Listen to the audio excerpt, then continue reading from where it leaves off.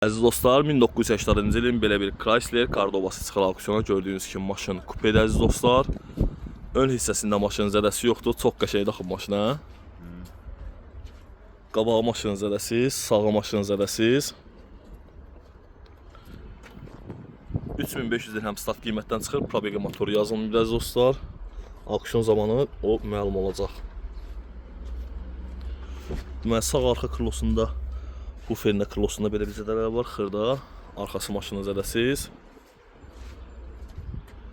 Solu maşının deməli qapısında belə bir gördüyünüz kimi yarıq var. Bunu təmir eləmək olar.